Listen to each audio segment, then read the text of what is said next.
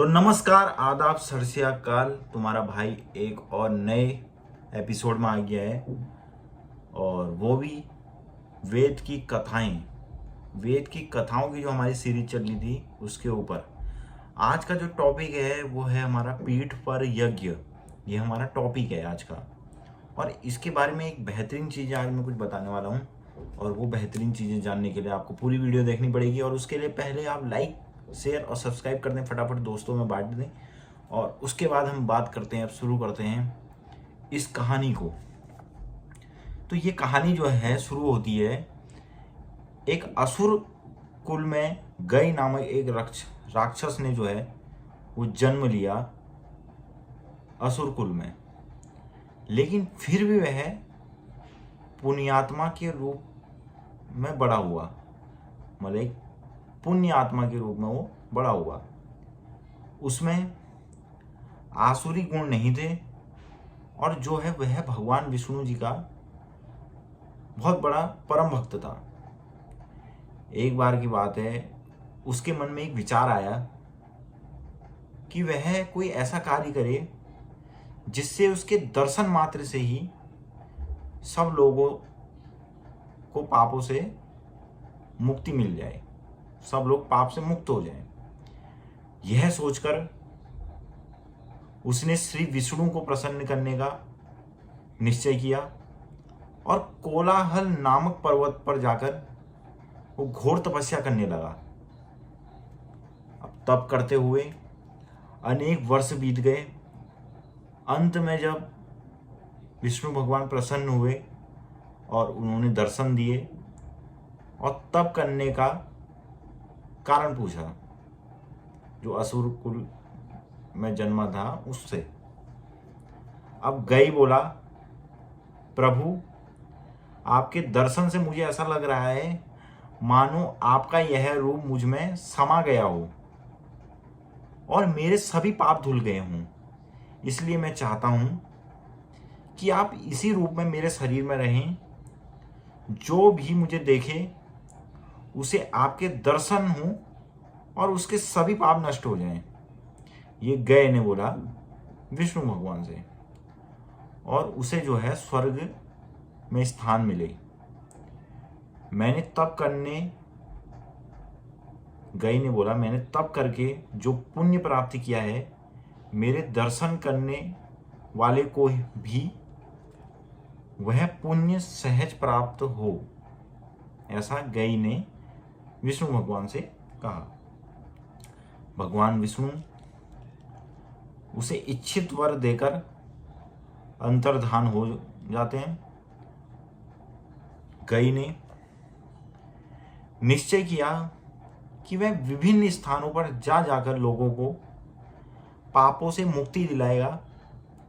इसलिए वह घूम घूम कर लोगों को दर्शन देने लगा। उसके दर्शन से लोगों के पाप नष्ट होने लगे और उन्हें स्वर्ग प्राप्त होने लगा। यह देखकर यमराज विचलित हो गए। भाई यमराज भी तो सोच रहे होंगे मेरा क्या काम फिर, जब भाई इसके ही सारे काम से हो जा रहा है। तो यमराज ने भी सोचा, यमराज विचलित हो गए भाई, और यमलोक का जो है कार्य जो है वो रुक गया। तब वे ब्रह्मा जी के पास पहुंचे। उनकी सहायता के लिए ब्रह्मा जी गई के समक्ष प्रकट हुए और बोले, वत्स हम तुम्हारे शरीर पर यज्ञ करना चाहते हैं। इसके लिए मैं तथा अन्य देव तुम्हारी पीठ पर बैठकर तुम्हें एक स्थान पर स्थिर कर देते हैं। भाई यह सुनकर जो है गई बोला, ब्रह्मादेव आपका विचार अति उत्तम है। मैं सहर्ष तैयार हूं, मैं इस काम को करने के लिए तैयार हूं।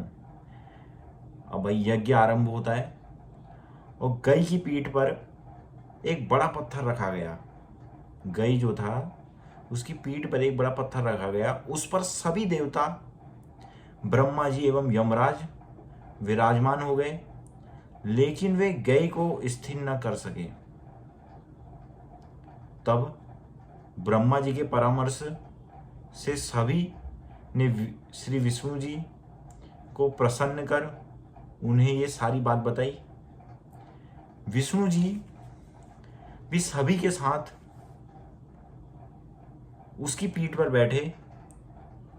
इस प्रकार जो है गई स्थिर हुआ, तब जाके स्थिर हुआ। यह सब देखकर वह बोला, प्रभु आपकी मर्यादा को ध्यान में रखकर वचन देता हूं कि मैं घूम घूम कर लोगों को उनके पापों से मुक्ति दिलाऊंगा। उनके कर्मों के अनुसार ही फल मिलेगा। प्रभु आप मुझे शीला के रूप में बदलकर यहाँ जो है स्थिर कर दें। ये गई ने बोला। यह सुनकर श्री विष्णु जी प्रसन्न होकर बोले, वत्स तुम्हारा यह त्याग देखकर मैं बहुत प्रसन्न हूं। यदि तुम्हारी कोई और इच्छा हो तो वो आप मांग सकते हो। ये विष्णु जी ने गई को बोला। गई बोला, भगवान आप सभी अप्रत्यक्ष रूप से मुझ शीला पर सदैव विराजमान रहें। यह स्थान धार्मिक कृत्यों के लिए प्रमुख तीर्थ बन जाए। ये गई की एक दिलचस्पी थी, कुछ भी कह सकते हैं। ये गई ने बोला। और जो भी व्यक्ति यहाँ पितरों के लिए श्राद्ध कर्म करे उसके पितरों को नरक की पीड़ा से मुक्ति मिलेगी। ये गई ने भगवान विष्णु से कहा कि मुझे ऐसा वरदान दें। और उन्होंने ये भी बोला, उन्हें उनके पराक्रमों से छुटकारा मिलेगा। श्री हरि बोले, गई तुमने पहले भी लोकहित के लिए वर मांगकर लोगों को पापों से मुक्त किया है। आज मृत्यु से भी पूर्व भी तुम्हारे मन में लोकहित की भावना नहीं है। मतलब आज भी तुम्हारे अंदर मतलब अहंकार नहीं है, लोकहित की भावना है। ये विष्णु भगवान ने कहा, श्री हरि ने साक्षात कहा। इसलिए हम तुम्हें अभीष्ट वर प्रदान करते हैं। यह तीर्थ गया नाम से प्रसिद्ध होगा और यह पर्वत गैसिर नाम से प्रसिद्ध होगा। ये विष्णु भगवान ने कहा। जो भी मनुष्य इस क्षेत्र में आकर इस शिला के दर्शन करके श्राद्ध कर्म करेगा वह अपने पितरों को पापों से मुक्ति दिलाएगा। जो मनुष्य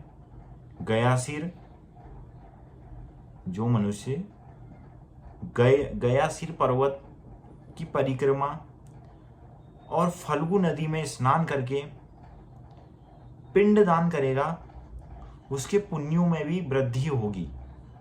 साथ ही पितरों को भी मुक्ति मिलेगी। अभिष्ट वर पाकर जो है गई धन्य हो गया। और आज गई नामक स्थान पर विष्णु जी का जो है मंदिर है। उसके निकट ही एक शिला जो है स्थिर है। और यह तीर्थ जो है स्थान जो है वो पितरों के श्राद्ध पिंड या दान आदि कर्मों के लिए प्रसिद्ध है।